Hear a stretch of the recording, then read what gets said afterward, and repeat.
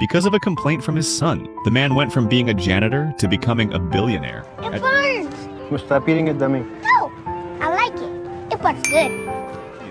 At first, he did not understand it, until he accidentally looked up and realized that everyone around him liked adding chili peppers to their food. At that moment, an idea that would change his fate appeared in his mind. If this irresistible spicy flavor could be combined with crispy chips, it would definitely become popular all over the world, and once the idea was ignited, it became unstoppable. Richard immediately went to the market and bought a pile of ingredients, and began experimenting in the small kitchen of his home. They quickly made a batch of chili sauce, but when they confidently asked their son to taste it,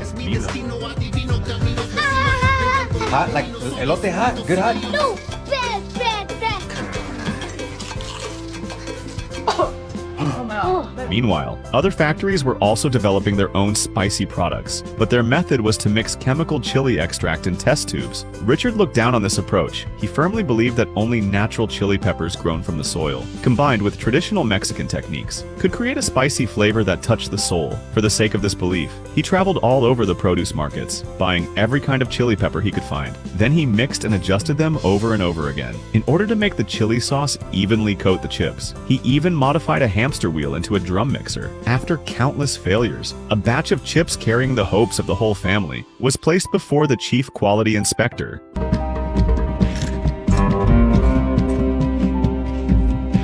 Ow, burns! Burns good or burns bad? It burns good. Of course we did! Richard excitedly brought the sample to his supervisor and proposed his spicy chips plan, but what he received was not praise. Instead, it was merciless ridicule and humiliation. New products take years to develop, cost millions to launch, and they do not get created by blue-collar hoodlums who probably can't spell the word hoodlum. Richard made an even bolder decision. He sneaked into the office under the cover of night and found the contact information of company president Roger from an internal phone directory. Then the next day at work, he made the call. When President Roger answered the phone, Richard explained his ideas in detail, as well as his insight into the Latino market, his vision for spicy products, and the entire development process he had personally gone through. At first, Roger did not take him seriously until Richard said this sentence. And you said in the video, think like a CEO. So I did. You saw my video? Yes, sir.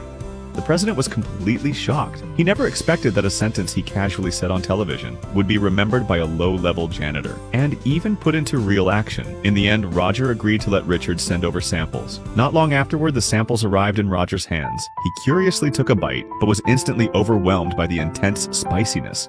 Holy! Hot, not hot. Mama hot!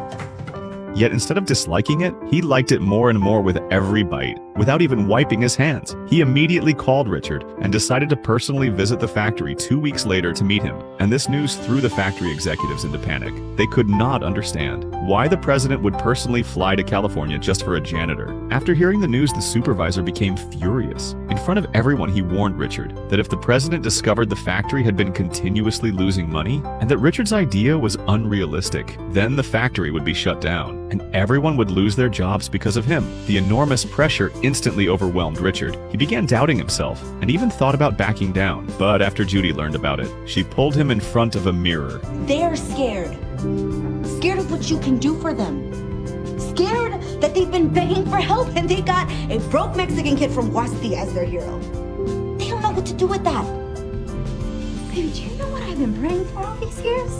That you would see the gifts and talents that you have. Baby, use your gifts. Be great.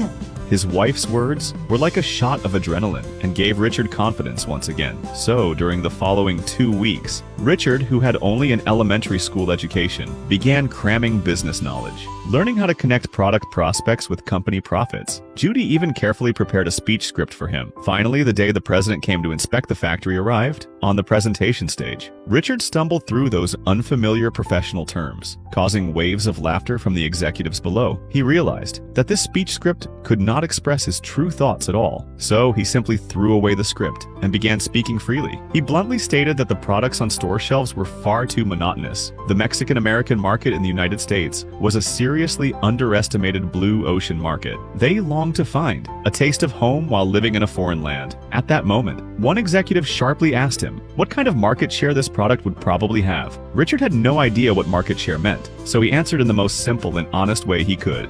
This much market share. The executives burst into laughter once again, but Richard was not defeated by the laughter. He continued speaking sincerely. Although he did not understand market share, he understood what it felt like to be respected. If there were a food product specially made for people like them, then it would definitely explode across the market. Richard used his sincerity and life-based insight to win the president's favor. Ignoring the objections of the other executives, the president decided to approve the production of 5,000 boxes of Flamin' Hot Cheetos for market testing. However, after the product launched for several weeks, almost nobody bought it, and it became unsold inventory piling up in warehouses. The factory was also on the verge of shutting down because of this. Richard began thinking why such a delicious product could not sell, until one casual sentence from his eldest son suddenly woke him up. They didn't tell anyone it exists. There's no commercials, but there's commercials for everything.